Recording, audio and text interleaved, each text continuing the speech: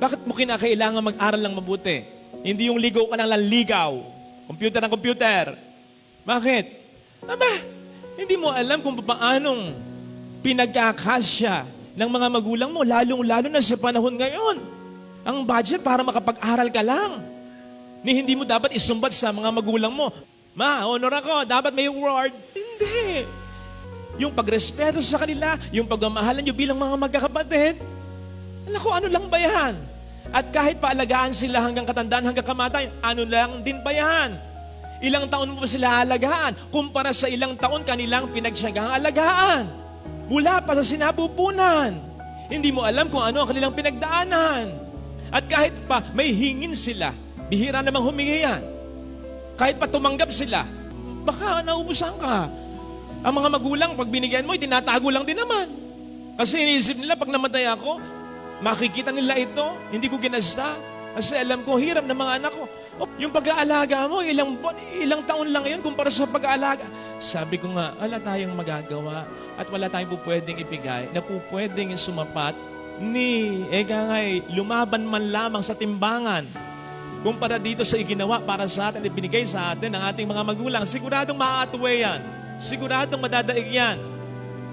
Tapos sa ating panghihinayangan, ay, nako kapatid, it's just a fitting and worthy response sa kanilang kabutihan. Tandaan natin, matindi ang utang na loob. Yung utang na labas, pag sinabing utang na labas, yung pera, material na bagay, yung nakikita sa labas. Okay? Yung lupa, kalabaw, bahay. Yung utang na labas, pwede mong takbuhan yan Pwede mong hindi bayaran. Nakaisa ka. Pero yung utang na loob, lagi na sa loob yan.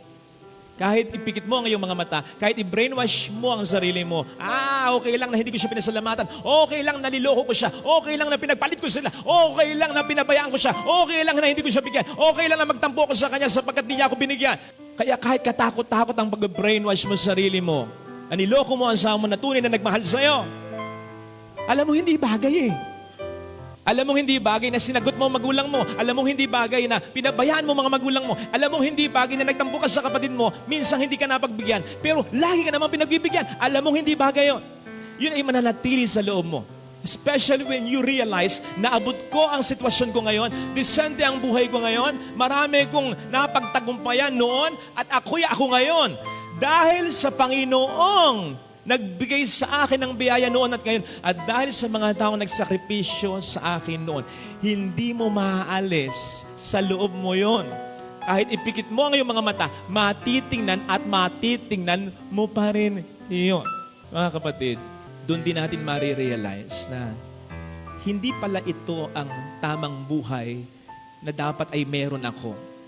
Kung tumanaw lang ako ng utang na loob sa Diyos, at kung tumanaw lamang ako ng utang loob sa mga taong nagmahal sa akin ng totoo.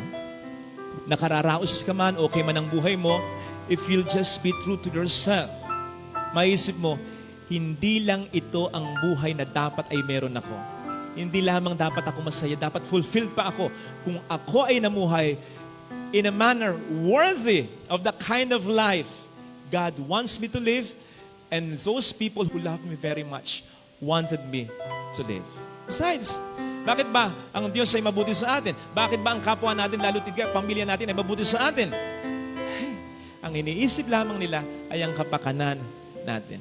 Kaya't kung pasasalamatan natin yon, gagantihan, susuklian natin kahit paano ang pagmamahal na yon. We will never go wrong. Mapupunta tayo sa tama bagay na buhay na iniisip para sa atin ng Panginoon. That is why sa totoo lang, ang talo sa huli ay hindi naman yung mga nagmagandang loob, kundi yung mga walang utang na loob.